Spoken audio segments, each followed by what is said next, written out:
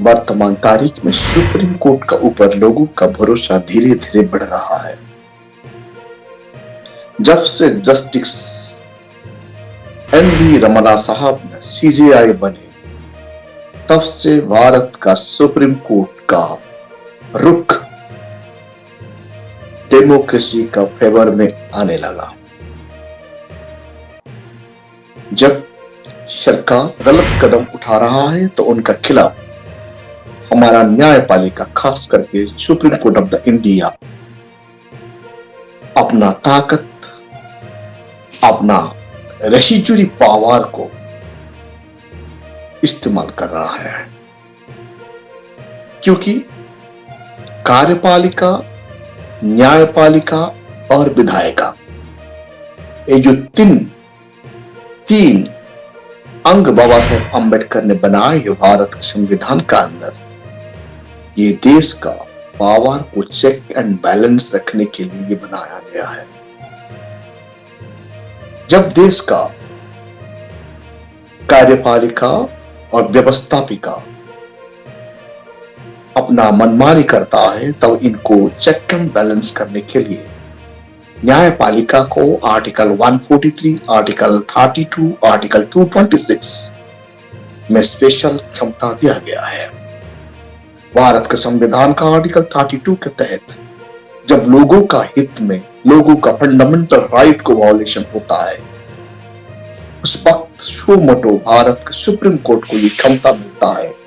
वो शो मोटो कॉग्निजेंस से लेता है और इन लोगों के खिलाफ एक्शन में आ जाता है। कितना खूबसूरती का साथ भारत के संविधान को बनाया गया है। यही डेमोक्रेसी का मजबूती और भारत का डेमोक्रेसी का खूबसूरती। इसीलिए तो डॉक्टर बाबा साहेब अम्बेडकर को नॉलेज ऑफ द वर्ल्ड बताया गया है। जो संविधान डॉक्टर बाबा साहेब अम्बेडकर ने ये देश को सौंप के गए हैं, ये संविधान के तहत ये देश चलता है। कोई भी व्यक्ति विशेष, कोई भी पार्टी विशेष, या कोई भी जाति विशेष, या कोई भी धर्म विशेष संविधान से बढ़कर सुप्रीमो बन नहीं सकता। चाहे संविधान की पद पर बैठे हुए जितना बड़ा भी अधिकारी होना, वो भी संविधान के दायरे में ही आता है। देश का सुप्रीम कोर्ट भी संविधान के दायरे में ही आता है। सुप्रीम कोर्ट का जस्टिस को संविधान के दायरे में रह के ही काम करना पड़ता है और उनका रिस्पांसिबिलिटी है संविधान को सुरक्षा देना, बचाना। जब वो ओथ लेता है, उसी दिन वो संविधान के सुरक्षा के लिए ओथ लेता है। जब कोई भी पॉलिटिकल पार्टी एब्सोल्यूट मेजॉरिटी के साथ अपना सरकार बनाता है, वो भी देश का अखंडता, प्रभुत्व और संविधान को सुरक्षा देने के लिए ही शपथ लेता है। और जब कोई भी एग्जीक्यूटिव हेड, जैसे president of India, prime minister, IAS, IPS, ये सब एग्जीक्यूटिव अथॉरिटी है। ED, election commissioner, enforcement department, जितने भी सब संवैधानिक पद है, ये पद में बैठे हुए अधिकारी संविधान के हिसाब से अपना काम करते हैं और संविधान खिलाफ काम कर रहे हैं, मतलब ये देश का खिलाफ है। और देश का कानून इसीलिए तैयार किया गया है। भारत का संविधान का आर्टिकल 32, आर्टिकल 226, आर्टिकल 143 के तहत सुप्रीम कोर्ट को स्वतंत्र क्षमता दिया गया है, खास करके आर्टिकल 32 एंड आर्टिकल 143 में। इस क्षमता के अंदर सुप्रीम कोर्ट जनहित में जो भी एग्नेस्ट जाता है, लोगों का फंडामेंटल राइट हनन होता है, देश हित में ही ये काम करता है। जो भी संगठन होना क्यों, मानव संबल को क्षति पहुंचाता है, उस धर्म विशेष को क्षति पहुंचाता है और देश का इंटरनल पीस को डिस्टर्ब करता है, ऐसे लोगों के खिलाफ सुप्रीम कोर्ट तत्पर हो जाता है। वैसे ही बहुचर्चित हेट स्पीच देने वाला जगह हरिद्वार बन चुका है।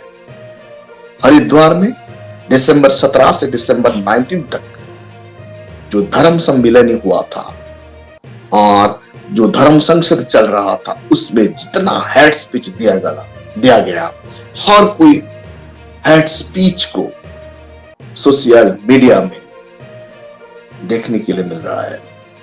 लेकिन उत्तर प्रदेश की सरकार और उत्तर प्रदेश का पुलिस का संरक्षण मिल रहा था उनको, इसीलिए इन लोगों को इतना हिम्मत आया विशेष कम्युनिटी को बर्बाद करने के लिए।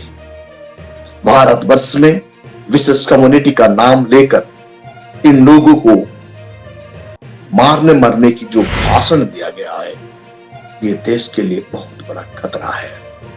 साथियों, हम सब लोग को पता है भारत का संविधान का आर्टिकल 29 ये कहता है प्रोटेक्शन ऑफ द माइनॉरिटी, चाहे धर्म माइनॉरिटी, लिंग्विस्टिक माइनॉरिटी, जो भी माइनॉरिटी होना क्यों, उनको सुरक्षा देता है हमारा भारत का संविधान का आर्टिकल 29।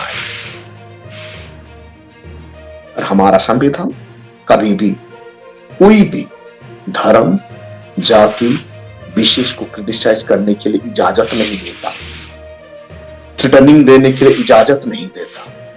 हरिद्वार का जो धर्म सम्मेलन हुआ था, जो धर्म संसद चल रहा था 17 से 19 तक, उसमें हर कोई महंतो, हर कोई धर्म के ठिकादार लोगों को उस्का रहे थे, हेड स्पीच दिया जा रहा था, जो स्पीच में खास करके माइनॉरिटी कम्युनिटी को टारगेट किया जा रहा था। धर्म को बचाने के लिए अस्त्र शस्त्र उठाने की बात कह रहा था,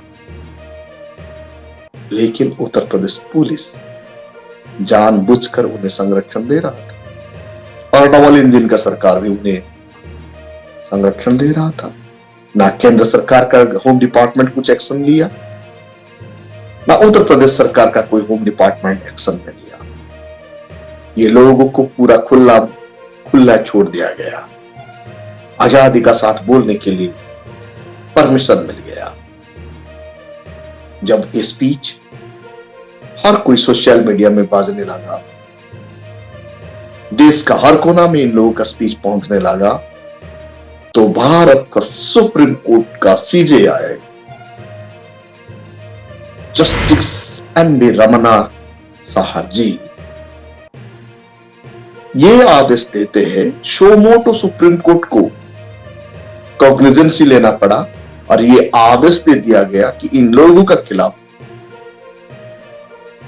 भारत का दंड संहिता के तहत, भारत का IPC के तहत 120B, 121A, 124, 120B, 120A, 124A और 153A, 153B के तहत FIR दर्ज करने के लिए, केस फाइल करने के लिए जितने भी महंतों, जितने भी धर्म के ठिकादार, जिन लोगों ने हेड स्पीच दिए थे 17 से लेकर 19 तक हरिद्वार धर्म सम्मेलन में, इन लोगों का खिलाफ एक्शन में आ गया है सुप्रीम कोर्ट। सुप्रीम कोर्ट का ये एक्शन आते ही संघ में हड़कंप मच गया। अब हमारा ये विश्वास, धीरे धीरे लोगों का विश्वास सुप्रीम कोर्ट के ऊपर आ रहा है कि आने वाला कल आप जितने ताकतवर हो ना क्यों, देश का कानून किसी को नहीं छोड़ेगा। जो कानून का खिलाफ जाता है, एक ना एक दिन वो कानून का शिकंजा में आ जाता है। साथियों, कभी भी भारत का अच्छा सिटीजन होते हुए आप लोग कानून को हाथ में लेना नहीं चाहिए, क्योंकि ये देश कानून से चलता है। ये देश का जितने भी हुक्मरान बन रहे, भारत का संविधान के दायरे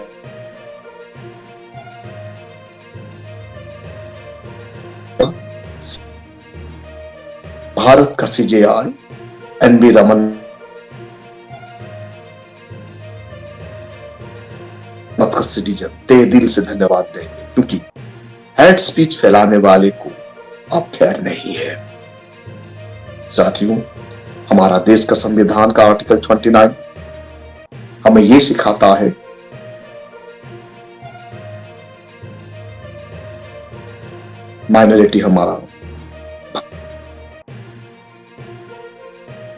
माइनॉरिटी देश के लिए अपना कुर्बानी दे चुके हैं।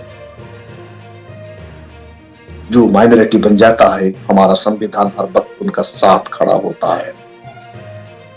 लेकिन धर्म संकट चलाने वाले लोग, अगर आपने अभी तक हमारा चैनल सब्सक्राइब नहीं किया है तो सब्सक्राइब करें और घंटी का बटन बिल्कुल भी दबाना ना भूलें ताकि सभी लेटेस्ट खबरें पहुंच सकें आप पे सबसे पहले।